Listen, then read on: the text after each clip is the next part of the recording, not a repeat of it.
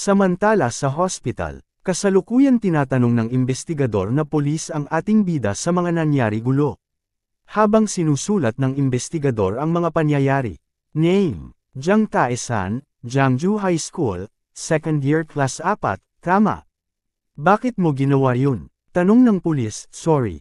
Anong ibig nyo sabihin? Sagot ng ating bida, bakit mo binugbog ang mga bata? Muli sabi ng pulis. Ho, sumusobra naman po yata kayo officer. Ako ang biktima dito, at ang mga leader ng school gangster ay naroon lang. Bahagya tumaas ang boses ng ating bida, sinaktan nila ako. At ako ang biktima dito. Pagkukwari sagot ng ating bida sa pulis, at sa tingin mo ba yun iyong bibig ay sumabog? Ikaw ay bastos na kriminal tama. Ano, tama ako diba? Sabihin mo, kung imbestigahan kita lahat ay mabubunyag. Sabi pa ng pulis. Nakatingin lang ang ating bida habang nag-iisip ito, maya-maya ay napatingin ito sa kanyang cellphone. Ang detective na ito ay hindi niya alam ang mga nai-record sa aking cellphone. Binuksan ng ating bida ang kanyang recorder sa cellphone. Hey, Punk, tapusin na natin ito ng mas mabilis. Bakit mo sila binugbog? Sinadya mong tawagan sila tama. Tsaka, binugbog mo yung mga junior na hindi mo gusto diba? Anong bully? Pwede kang humiram ng pera sa mga kaibigan. Hindi mo masasabi na kinuha nila. At lalong nag-init ang ulo ang pulis, galit na galit ito. Kalmado naman ang ating bida, maya-maya ay nagtanong ito sa pulis. Mr. Detective, nakatanggap ka ba ng pera? Ano, punk ka? Galit na sabi ng pulis. Saka, bakit ako lang ang tinatanong mo? Isa pa menor de edad, din ako.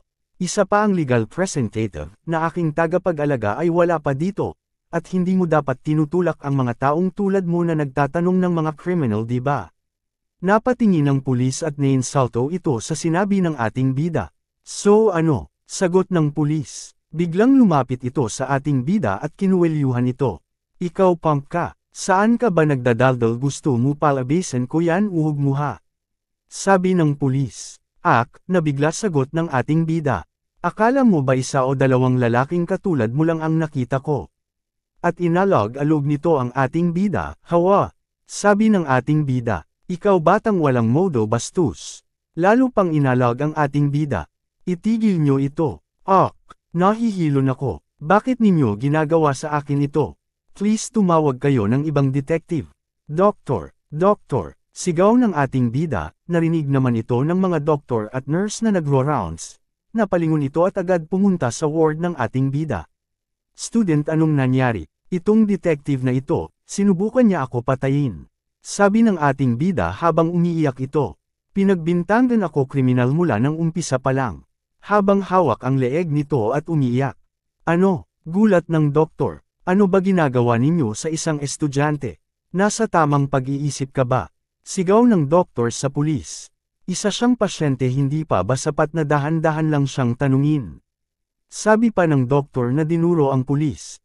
Nabigla naman ang pulis, at kung may mangyaring mali sa pasyente, gagawin mo ba ang responsibilidad? Muli sabi ng doktor, hindi yun ganon. Sabi ng pulis detective, maya-maya ay napasulyap ang nurse sa ating bida, nabigla at pinagpawisan ito. Doktor, ang pasyente, hindi, ang estudyante. Sa tingin ko na walang siya ng malay, pasigaw na sabi ng doktor. Ano, makikita ang ating bida na hindi kumikilos. Nurse, humanda ka sa pagbaba ng blood pressure at ilipat agad ang pasyente. Sigaw ng doktor, mabilis na magpa-extra at MRI ng pasyenteng ito. Ituring itong bilang isang emergency. Para maagapan ang sintomas ng concussion, bantayan mo yung ulo niya. Sabi pa ng doktor. Opo doc, sabi ng nurse. Pumunta ka ba sa pasyente para lang saktan siya? Sabi ng doktor sa police detective. Samantala sa Jiangju High School, kasalukuyan nagmi-meeting ang mga principal at mga guro sa faculty room. Alam na ng lahat na may kaso ng bullying sa school kahapon. This time, iba na ang level ng school bullying. Ang school na ito ay kailangang gumawa ng isang paliwanag ng mabilis. Kailangan nating patalsikan ang halimaw na iyon. Higit sa 30 estudyante ang pinahiya niya. Sabi ng isang lalaki na may nunal. Ano bang sinasabi mo? It was a 1 versus 30 ang naglaban. Kung paparusahan mo siya, dapat parusahan, din yung iba. Sabi naman ng kanilang guro. Ano, Teacher Kim, pinagtatanggol mo ba siya dahil estudyante mo siya? Sabi ng mga guro tumututol. Sinasabi ko ito dahil unfair ito sa isang tao lang, paliwanag ng guro ng ating bida. So, ang ibig sabihin ni Teacher Kim na lahat ng estudyanteng sangkot sa insidente ay dapat paalisin. Sabi ni Chief Yang, hindi po ganon ang ibig kong sabihin. Ang sinasabi ko ay gumawa ng makatwirang hakbang. Sabi ng guro na kinabahan ito. Jiangju High School 2nd Year Class 4, Jiang Taesan. Expel him. Sabi ni Chief Yang na Hangul na kaibigan ng ama ng Hangul na si Hong. Ang insidente ay naiulat na, at lahat ay nanunood sa amin, at tama ang pangyayaring ito ay maaaring mag-iwan ng malaking marka sa imahe ng paaralan na ito. Sabi ng Hangul na Chief Yang habang magkasalikop ang mga kamay. Pero kung inaalagaan mo mabuti ang masamang estudyante, na maging matatag, ito ay maaaring maging isang magandang bagay upang mapabuti ang imahe ng paaralan. Sabi ng principal na ngumiting aso at mukhang daga. Matuling lumipas ang oras. Sa wardroom ng ating bida. Panay ang tipa nito sa laptop. Na-diagnosed ako ng pagkakalag ko sa ulo, at kailangan ko magpahinga ng 8 weeks.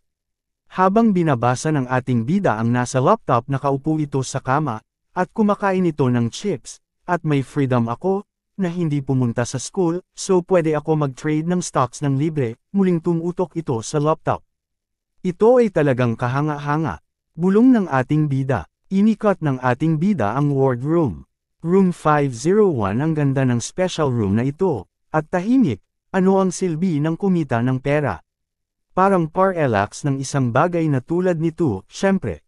Hehe, at sila ay lubos na naloko ng peking pag-alog ng ulo ko, salamat dito. At mabilis na nasakop ang lahat ng subjects na aking pinag-aralan sa Solvang Problem Books at online na lecture. Mag-aral pag-aralan ko pa stocks. Ang utak ko ay walang oras para magpahinga. At muli nagtipa ito sa laptop. Pera, gagawa ng pera. Ngayon ang profit ay 700 million won, muli nagpatuloy ito sa pagtipa. Ang trend ngayon ay tumataas. At ito ang tamang oras para magtrabaho. Hehe. Kumusta na ang pakiramdam mo Mr. Taesan? Bahagya na palingon ng ating bida. Mr. Lawyer tawagin niyo na lang ako sa pangalan ko. Hanggang kailan mo balak makipag-usap ng formal sa isang high school? Sabi ng ating bida, pero iyan ang ating patakaran sa law firm operation policy. At kinuha din kita lawyer. Lawyer siya ay si Joyo Untae, then. Ako ba, Taesan? Samwoo Law Firm may ranked sa top 3 ng Korea, as expected. Walang hindi kayang gawin basta sa pera ang usapan. Hahaha, si Lawyer Joe ay talagang matigas ang ulo. Sabi ng ating bida, at kaya ako pinalabas sa organisasyon hahaha. Sagot ng lawyer, hanggang kamakailan lang, si Lawyer Joe ang Deputy Chief Prosecutor ng District Prosecutor's Office, at pagkatapos niyang magretiro, naging abogado siya at isang first-grade civil servant. Sabi ng abogado, pero hindi ka palubusan naka-move on dito di ba? Sabi ng ating bida, haha, alam din ba ni Taesan yung organisasyon? Sabi ng abogado, ang organisasyon, hindi ko alam pero kung mali ang paggamit mo, maaari itong maging kasing delikado ng isang matalim na kutsilyo. Sabi ng ating bida, napatingin at nagulat ang abogado. Tumingin ang ating bida sa abogado. Alam ko at alam mo din. Ang mukha ng magiging prosecutors organization na hindi mo pa alam. At bigla sila may narinig na sumisigaw sa labas ng pinto ng kwarto ng ating bida. Wala akong pakialam, hindi. Pero sinabi sa akin ng attending physician na kailangan niyang magpahinga. Sabi ng nurse sa labas. Saka bakit pumunta dito yung prosecutor from the branch? Kung hindi mo ako papayagan pumasok at tanungin siya, pinipigilan mo ang pagsasagawa ng mga opisyal na tungkulin, naintindihan mo ba? Tumingin ang abogado sa ating bida, at tumingin din ang ating bida ang mga mata nila ang nag-uusap. Bigla bumukas ang pinto, at iniluwanon ang lalaki maingay sa labas ng kwarto ng ating bida. Ikaw na halimaw na bastos. Tapos ka na ngayon araw. Prosecutor Kang Kyung-jun sa Departamento ng Kriminal ay dumating para kuhanin ka. Galit na sabi ng lalaki. Tumingin lang ang ating bida. Oh, akala ko may concussion ka. Pero bakit ka nakaupo na parang ayos ka lang? Sabi ng abogado hanggal ang ama ni Hong, na habang hawak ang kanyang salamin sa mata. Sa labas ay maririnig ang sigaw ng lalaki. Itigil mo ang pagpapangap mo. Bumangon ka halimaw na bastos. At hinawakan ng ating bida ang kanyang ulo. Og! Ang iingay ng mga bastard na ito. Pati si prosecutor andito, naglalaro ka at pinalalabas mo na ikaw ang biktima. At pinamukha sa akin ng detective ang suspect sa simula pa lang, kahit ang prosecutor. Sigaw ng lalaki. Tinakpang ng ating bida ng dalawang kamay ang kanyang tainga. Parang parasite closing interrogation iyan. Obvious naman na nakakuha siya ng kayamanan kay Jiang Hyuk. May dala ba kayo warrant? Sabi ng ating bida habang nakaupo sa kama, napatanga ang mga lalaki. Ano, warrant? Itong bastard na ito, anong kalokohan ang pinagsasabi mo? Sabi ng mga hanggal na lalaki. Kinakabahan ka ba? Tapos ka na rin ngayong araw bulong ng ating bida. Habang nakatingin ito, pwede makita ang ID card mo. Sabi ng ating bida, itong batang punk, sinasabi mo ang lahat ng uri ng mga bagay. Investigador Kim, ipakita mo sa kanya. Sabi ng abogadong hanggal, yes, sir, ang lakas ng loob mong magpanggap, para malaman ng lahat ng ito sa harap ng prosecutor. Gusto mo ba ng totoong concussion ha? Sabi ng mga hanggal at ipinakita nito ang kanilang ID card, eto tignan mo ng malinaw bastard. At isa ako prosecutor, office investigador Kim Dong-sik sabi ng lalaki. Bahagyan tinignan ito ng ating bida, sa tipikal na malicious civil servant Bulong ng ating bida, okay na verified ko na ang ID nyo, paano naman ang warrant? Sabi ng ating bida, itong matigas ang ulo punk na ito, alam mo ba kung ano ang warrant? Sabi ng lalaki, of course alam ko, ito ang katawan na inihanda ko para sa kinabukasan. Sa tingin mo hindi ko malalaman iyon. Bulong ng ating bida sa kanyang isipan. Ginagarantihan ko ng konstitusyon ng Republika ng Korea ang mga batayan karapatan ng mga tao, sabi ng ating bida. Aba, sabi ng hanggal, para arestuhin, ay detain, kumpiskahin, at halugugin ang katawan o ari-arian ng isang individual ng isang ahensya ng Estado, itinaktakda na ang warrant ay dapat ilabas ng isang hukom. Sabi ng ating bida. Nabigla naman ang mga hanggal akala nila ay walang alam sa batas ang ating bida. At malinaw na nakasaad sa Artikulo 12 at 16 ng Constitution ay ang sagot ko ay hindi sapat. At pagkatapos ay bibigkasin ko ang lahat ng buong kasulatan ng mga Artikulo 12 at 16.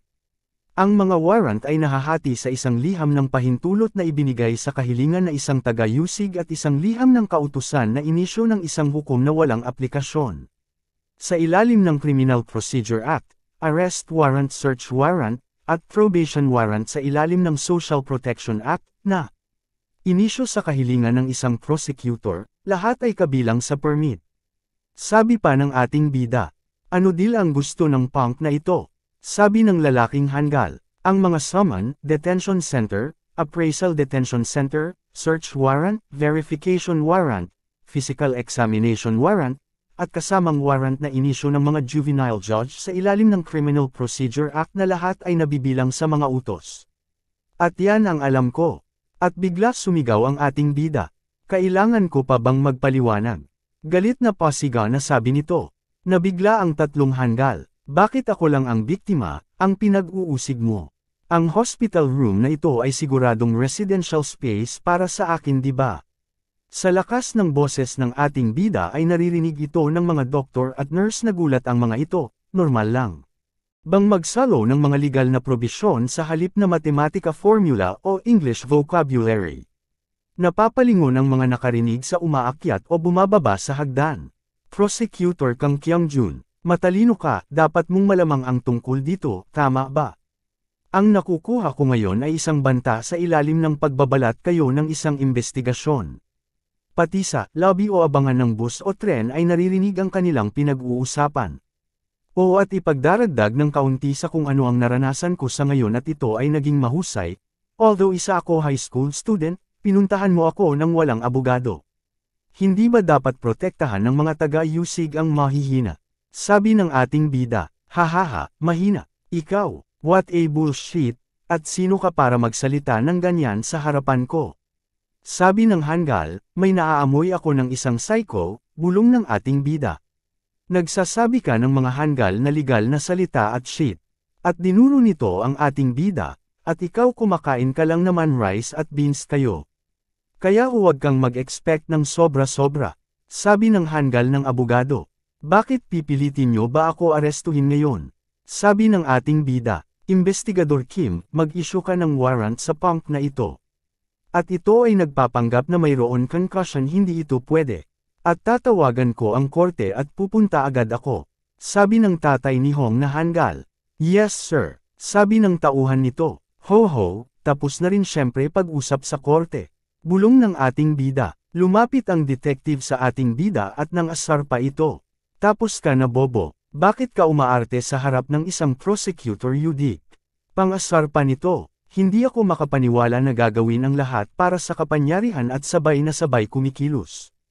Bulong ng ating bida, kahit bulok ka mas lalo ka pang nabubulok. Sabi ng ating bida sa detective. Ano pang ka? Mga tiktik at taga-usig, mga tauhan ng taga-usig, at ngayon ay mga hukom. Sabi muli ng ating bida. Aba, ang bastard na ito, sabi ng hanggal na hinawakan pa ang salamin. Wow, ito ba talaga ang bansa ko? Sabi pa ng ating bida, bigla sumigaw ang hanggal na abogadong si Hong, itong bastard na ito ay talagang. At itinaas ang isang kamay para saktang ang ating bida. Tumigil ka, bigla may tumawag sa balak nitong gawin, at napalingon ito, bigla sumaklolo at tumakbong palapit ang doktor. Anong ginagawa ninyo? Matapang ang residenteng doktor na ito. Bulong ng ating bida, tumabi ka, hindi mo ba alam na nasa gitna ka mga opisyal na tungkulin ngayon? Sabi ng detective na tinabig ang doktor. Umalis na kayo ngayon din, o ire-report ko kayo sa mga pulis. Alis, sabi ng doktor. Report. Hoy doktor, isa kang residente doktor, tumahimik ka at ikaw ang umatras. Dahil ang punk na ito ay napatunayan guilty sa kanyang krimen at may panganib na makatakas siya, nag-apply na kami ng warrant of arrest. Sabi pa ng detective, habang ang abogado ng ating bida ay nakatago sa loob ng comfort room. At nakikinig ito, hindi mo kaya, kung may problema sa isang pasyente ang responsibilidad ay nasa doktor. Kaya umalis na kayo. Sabi ng doktor, oh, na-touched naman ako sa doktor na ito. Isa kang tunay at professional na manggagamot. Pangiti bulong ng ating bida sa kanyang isipan. Makikita na cellphone ng ating bida ay palihim na naka-leave ang voice recording. At ako lang ang nakakaalam na ang lahat ng ito ay nor-record ng leave, bulong ng ating bida. Kailangan ko na ba umarte ulit? Kailangan ko ay reverse ng kaunti ang kaalaman ko sa pag-arte. At nang makita ito ng doktor, anong nangyari sa'yo, student? Get yourself together student. Sigaw ng doktor, nurse, prepare for a shock. At nagkikisay ang ating bida. Sa tingin ko aabot sa max level ang acting skills ko ngayon. Sabi ng ating bida habang nagkikisay ito. Gulat na gulat ang mga hanggal. Hello guys, kung nagustuhan nyo ang video ito, huwag nyo po kalimutan mag-subscribe, pindutin nyo na rin ang notification bell, para lagi kayo update pag may bago akong upload, like and share nyo na din. Maraming salamat po.